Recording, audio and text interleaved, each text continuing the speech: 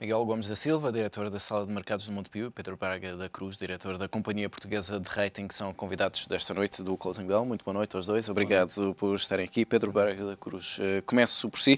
Qual é o impacto que tem este corte e esta descida para fora da notação de investment grade por mais uma agência de rating? Portugal já estava fora na ótica da Moody's, agora mais uma. Que alteração é que isto traz para a dívida portuguesa? Tem sempre alteração em termos de impacto nas taxas de juro do mercado secundário. Como referiram na peça, não tem neste momento no mercado primário, porque nós não estamos a emitir em mercado primário, pelo menos não muito frequentemente, só muito pontualmente. Mas vai ter impacto, e aliás já teve durante o dia de hoje, impacto nas taxas de juros do mercado secundário, inevitavelmente.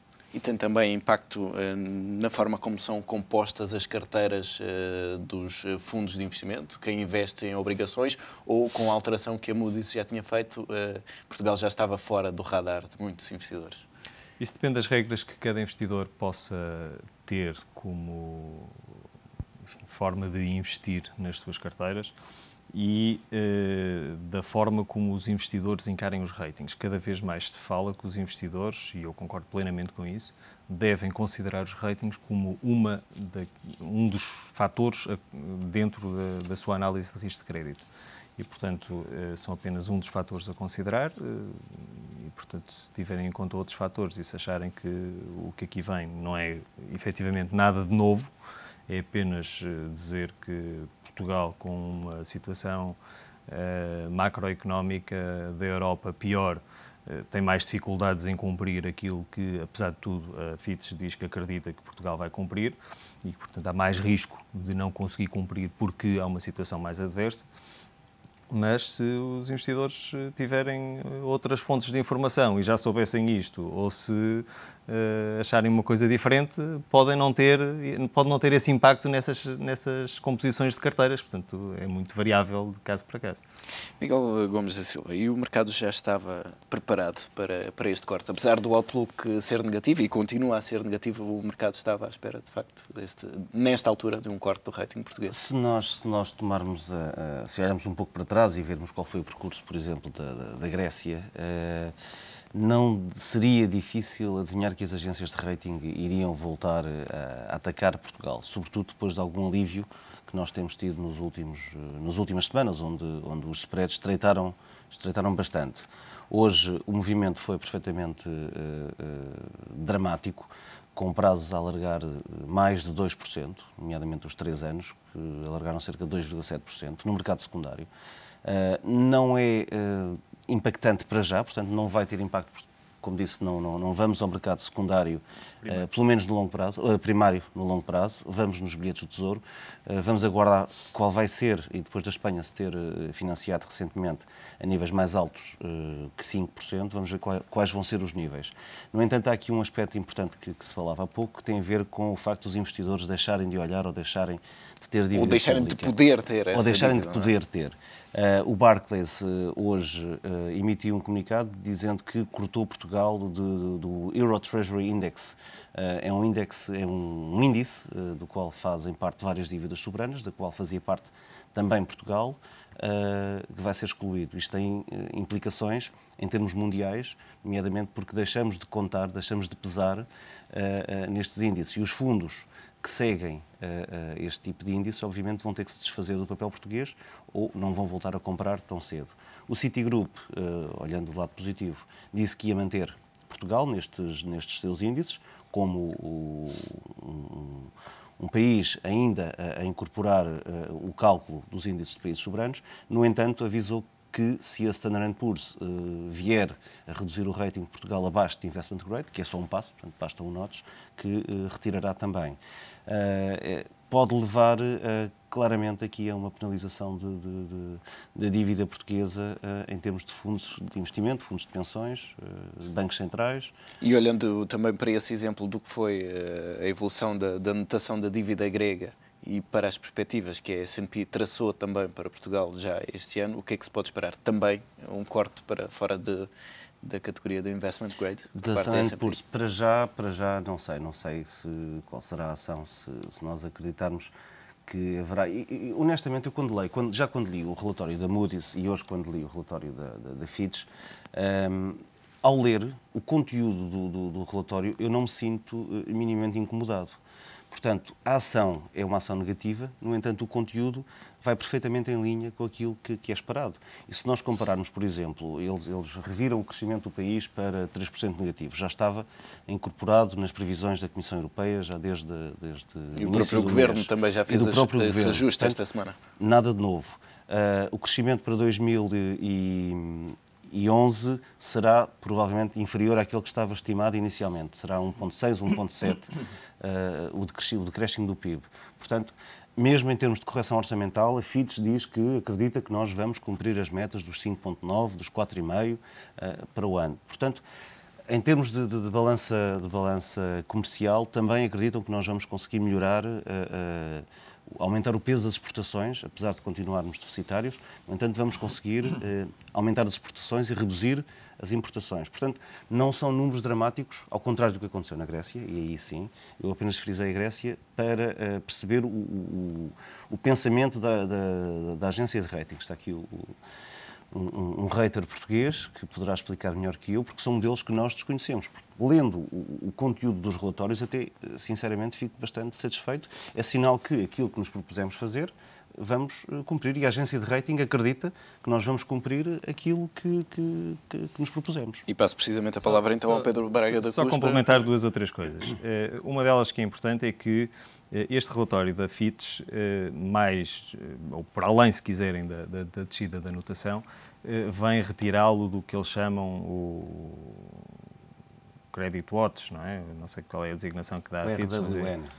O RWN, que quer dizer qualquer coisa como Rating Watch Negative. Exatamente. E, portanto, ficou da mesma com tendência negativa, mas já não estão a fazer uma análise sobre a República Portuguesa. Isto é, o que eles dizem é que há maior risco porque há um ambiente macroeconómico europeu pior e, portanto, há um maior risco de nós podermos não cumprir com aquilo que está estabelecido, embora eles acreditem que a gente vai cumprir. Mas, portanto, reduziram o rating por causa disso, mas acreditam que a gente vai cumprir, embora achem que a tendência ainda pode ser de reduzir mais qualquer coisa face a esse risco. Mas também dizem, por outro lado, e se quiser ler, no fundo, o que eles dizem até ao fim, também dizem que um rebalanceamento fiscal e económico com sucesso uma melhoria do crescimento económico em Portugal poderiam levar a uma inversão a longo prazo do rating da República Portuguesa. E, portanto, no fundo, isto é apenas uma fase. Como disse, eu acho que isto é realista. O que aqui está é realista. Não temos propriamente que nos queixarmos de que isto não é realista. É a verdade dos dias de hoje. Agora, em relação à questão que estava a colocar também das composições das carteiras dos investidores, há uma regra que tem a ver um bocadinho com isto, com haver alguns investidores a dizerem que já não querem ter dívida portuguesa e outros ainda a dizerem que querem ter. Há uma regra que vem até das regras de Basileia II, que é a utilização do segundo melhor rating que exista sobre uma determinada entidade. E se considerarmos os ratings da Standard & Poor's e da Dominion, e já agora também das agências japonesas, que há duas agências japonesas que notam a República Portuguesa, todos eles ainda estão em investment grade. Portanto, ainda temos 4 notações em investment grade neste momento. Estou a dizer de cor, mas dessas quatro, salvo erro, só são aceitos para esses efeitos de Basileia II que eu estou a referir, a da Standard & Poor's e a da Dominion. E há, neste momento, 3 que estão a dizer que estamos em non-investment grade, porque, para além da Moody's e da Fitch, também hoje a Dagong chinesa nos reduziu para non-investment grade. E, portanto, quer dizer, estamos aqui, neste momento, se quiserem, 4-3, e estou a dizer de cor, porque não sei se haverá mais alguma agência de rating ainda a atribuir rating à dívida da República Portuguesa. Portanto, enfim, não há dúvida que estamos aqui no limite entre ter mais risco ou menos risco. Agora, estamos longíssimo da situação da Grécia e isso é bom que se diga, isto é, esta diferença entre investment grade e non-investment grade é uma diferença que se começou a estabelecer pelo facto de a curva de risco ser uma curva exponencial e a subida exponencial começa sobretudo na zona em que nós estamos. que é a zona dos 3 vezes menos, 2 vezes mais. E, portanto, estamos ali naquela zona da curva em que vai começar a subir exponencialmente se nós começarmos a reduzir mais qualquer coisa a notação da dívida da República Portuguesa. A Grécia está já nas últimas notações, portanto, está já lá no pico, nos 10, não é? está já lá no pico do risco e, portanto, está numa situação muitíssimo diferente da nossa e convém que as pessoas tenham bem a noção disso. Não há comparação possível entre o risco de Portugal e o risco da Grécia. A própria estabilidade do sistema bancário português é diferente do grego. Em Portugal, os bancos não tiveram problemas. Aliás, e diga-se, e é importante que tenhamos consciência disso, enquanto houve intervenções em bancos na Bélgica, por exemplo, que é outro país que começa agora a estar debaixo do olho, em Portugal não houve intervenções. Houve no Reino Unido, houve na Irlanda. Portanto, países na Europa onde os Estados tiveram que intervir, em Espanha, inclusivamente, em Portugal não houve necessidade, tirando os casos de fraude, que são conhecidos, mas a banca em geral, em Portugal, é uma banca sólida, não tem ativos tóxicos, tem uma base de clientes sólida e fiel, o que permite, obviamente, ultrapassar estas coisas de uma forma diferente e retirar alguma preocupação aos governos neste sentido. E a banca sai como a mais penalizada por este corte, uma vez que Portugal, enfim, tem o financiamento assegurado e não vai ao mercado primário, os bancos acabam por ser os que mais sofrem com esta alteração da FITS? O mercado primário para os bancos, ou mesmo o mercado interbancário, estava fechado, portanto não há daqui um grande impacto imediato para já. Poderá haver, obviamente, na reavaliação dos ativos, se tivermos em conta que os bancos portugueses têm dívida pública portuguesa e têm ativos linkados à economia portuguesa, como sejam as titularizações e as obrigações hipotecárias, que são ativos importantes em termos de obtenção de liquidez, aí poderá ter. Para já não é esperado nenhum movimento a este nível. Até porque a FITS sublinhou duas das empresas core em termos portugueses, a EDP e a Portugal Telecom, reiterou os ratings e disse que a EDP tem um nível de liquidez adequado e que a Portugal Telecom, apesar de internamente no mercado português poder ter problemas, no entanto, as receitas vindas de fora são suficientes para manter este nível de rating. E ambas são investment grade, tanto a EDP como a Portugal Telecom. O que não é uma situação normal, não é? Uma empresa ter um rating, uma notação superior à do soberano.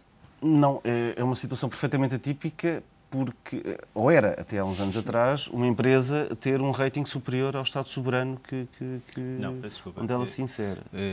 Uma empresa pode ter uma notação superior a um Estado soberano quando está na União Europeia, porque a autoridade monetária na União Europeia é o Sistema Europeu de Bancos Centrais, o Banco Central Europeu, e, portanto, o teto que é dado a qualquer empresa que esteja na União Europeia é o teto do Banco Central Europeu, os 3 As.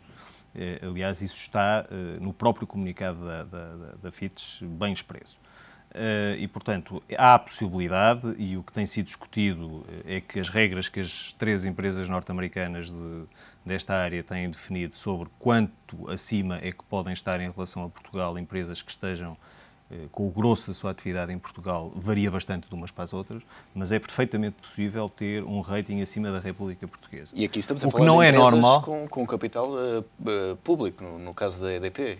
Por enquanto, ainda tem capital do Estado. Não tem interferência também parcialmente, não é? Parcialmente. Não é 100%, como é evidente, porque senão a situação seria completamente diferente. Já num caso de um outro país que tenha soberania monetária, isso realmente não é normal, não acontece. Quer dizer, se estivéssemos a falar do Brasil ou de Angola, com certeza uma empresa do Brasil ou uma empresa angolana não teriam possibilidade de ter um rating superior aos respectivos países. Agora, em Portugal isso é perfeitamente possível. Agora, deixe-me discordar de outra coisa. Eu não apostaria que a FITS não fosse descer os ratings dos bancos portugueses nos próximos dias. Dos bancos não disse, eu disse dos bancos provavelmente. Provavelmente, pela via que referiu, dos bancos, sim, dos ativos que conferem, onde os bancos vão agregar liquidez, que são as titularizações e as obrigações hipotecárias. Portanto, no fundo, dado que os bancos têm dívida pública, é natural que se a dívida pública tem mais risco, os bancos têm no seu ativo, por essa via, mais risco e, normalmente, o rating dos bancos nos dias a seguir vai ser reduzido pela mesma agência de rating. É o que tem acontecido nos casos anteriores e eu prevejo que venha a acontecer novamente a mesma situação. E, aliás, quando a Fitch reitera o rating da EDP e da Portugal Telecom, está claramente a passar uma mensagem... Não disse nada sobre os bancos. Exatamente. Já podia ter feito ninguém, portanto, já podia ter feito essa referência também. É quase linear que vai acontecer. Os ativos não, e era aí que eu me referia.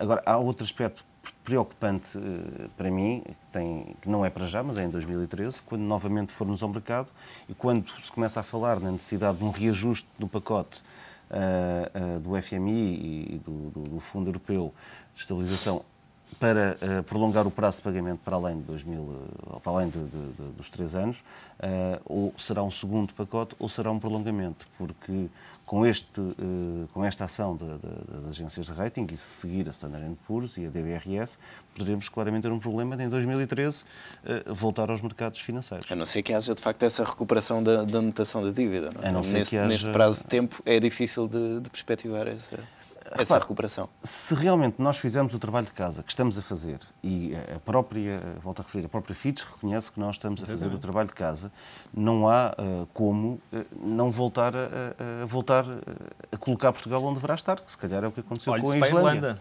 Olhe-se para a Irlanda.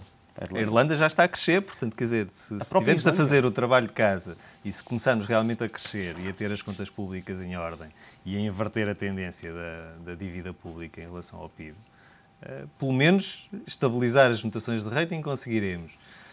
E depois a seguir o caminho é começar a subir, mas vai ser com certeza muito mais lentamente do que a descer. Este corte de rating fica associado também em grande parte ao agravar das condições de toda a Europa. Podemos esperar também para os outros países europeus aqui alterações na dívida? E tem-se falado muito de alguns países, nomeadamente de França. Alguns já tiveram, não é? Quer dizer, tem havido downgrades nas últimas semanas, nomeadamente de Espanha e de Itália, portanto é perfeitamente possível que possam vir a acontecer outros downgrades de outros países, para já não falar da Grécia, não é? Portanto, é perfeitamente possível.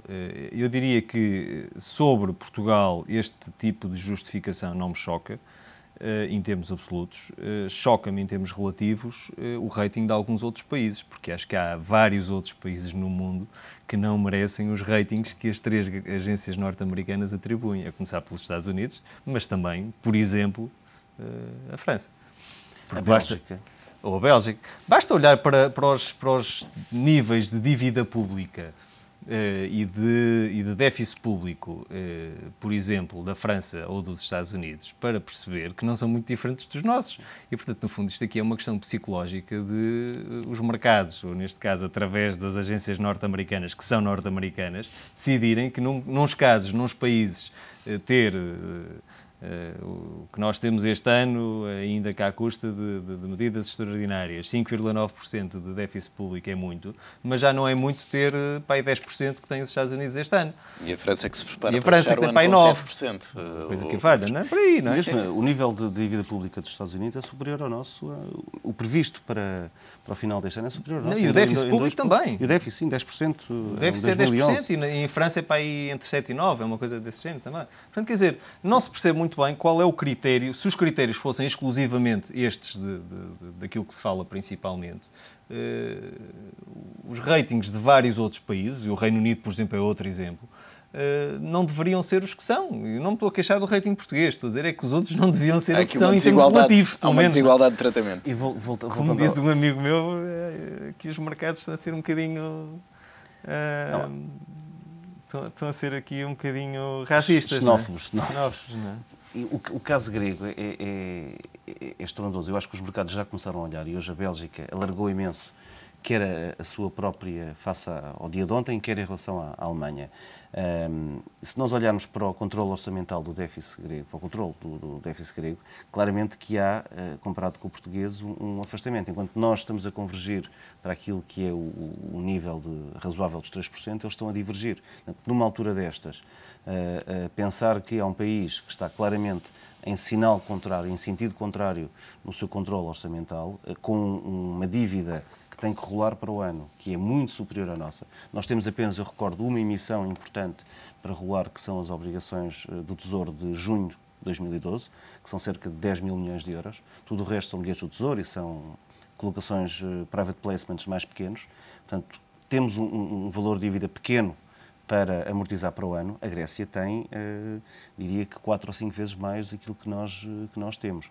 E aí é preocupante quando vemos um país a divergir, quando vemos os mercados a começarem a olhar para lá e o rating da Bélgica é 2A+, pela Fitch, 2A1 pela Moody's, que é a mesma coisa, 2A+, pela Standard & Poor's e A+, pela... É uma série de níveis acima de Portugal. Deixe-me voltar a outro tema, irreal. Deixe-me voltar a outro tema que estávamos a referir há bocadinho, que é o rating de algumas empresas em Portugal. O facto de haver empresas em Portugal com rating acima do Estado não choca nada, porque se pensarmos, desde que essas empresas tenham uma geração de cash flow suficiente para fazer face ao seu serviço da dívida corrente e normal que vão tendo, desde que não sejam detidas, como eu estava a referir há bocado, a 100% pelo Estado, porque isso significaria que o Estado poderia pôr e dispor do dinheiro dessas empresas e, portanto, poderia descapitalizá-las de um momento para o outro e, portanto, o risco aí seria muito associado ao Estado, o que já não é o caso da EDP, que tem só 20 e poucos % e vai ser privatizada.